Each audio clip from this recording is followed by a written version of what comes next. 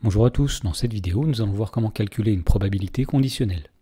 Dans l'exemple, on nous dit qu'une urne contient 7 boules, alors 4 de ces boules sont rouges et elles sont numérotées 1, 1, 1 et 2, et les 3 autres sont vertes et elles sont numérotées 1, 1 et 2. Alors on nous dit qu'on choisit une boule au hasard dans l'urne et on note grand A et grand B les événements suivants.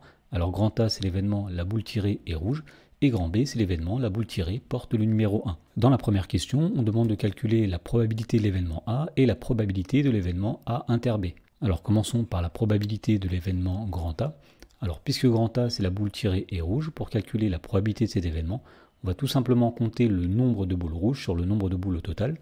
Alors on sait qu'il y a 4 boules rouges dans l'urne sur 7 boules au total, autrement dit, P de A, c'est 4 divisé par 7. Ensuite, on nous demandait de calculer la probabilité de l'événement A inter B.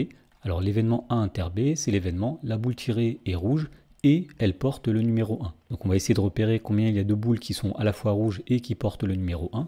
Et bien d'après l'énoncé, il y en a 3. Donc on va dire que la probabilité de l'événement A inter B, c'est le nombre de boules qui sont à la fois rouges et qui portent le numéro 1, c'est-à-dire 3, sur le nombre de boules au total, 7. Dans la question numéro 2, on nous demande de déterminer la probabilité P de B sachant A que la boule tirée porte le numéro 1, sachant que la boule tirée est rouge. Autrement dit, ce qu'on veut calculer ici, c'est une probabilité conditionnelle.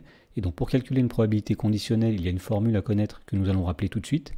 Alors si A et B sont deux événements tels que la probabilité de l'événement A est différente de 0, eh bien la probabilité que l'événement B soit réalisé sachant que l'événement A est lui-même réalisé, eh bien on appelle cette probabilité la probabilité conditionnelle de B sachant A.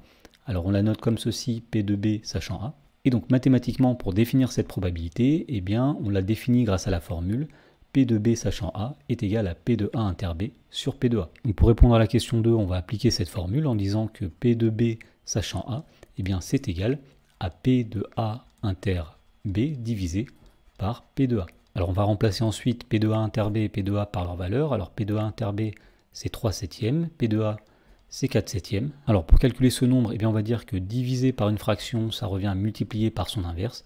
Autrement dit, P de B sachant A, ce sera 3 septièmes fois l'inverse de 4 septièmes, c'est-à-dire fois 7 quarts.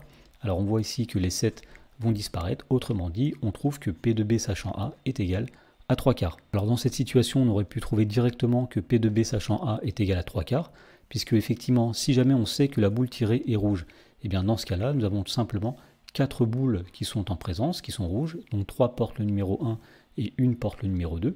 Et bien si on a 4 boules et que 3 portent le numéro 1, la probabilité que l'une de ces boules porte le numéro 1 sera égale à 3 quarts, comme nous l'avions trouvé au départ.